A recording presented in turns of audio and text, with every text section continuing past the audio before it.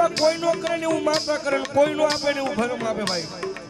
પણ વિશ્વા હું જ આયા અને જગતના ચોકની મારી પાસે કદાય સાહેબ ગામનો માથા ભારે માણસ હશે ને તો એ બજારમાં તલવાર લઈને નીકળતો હશે.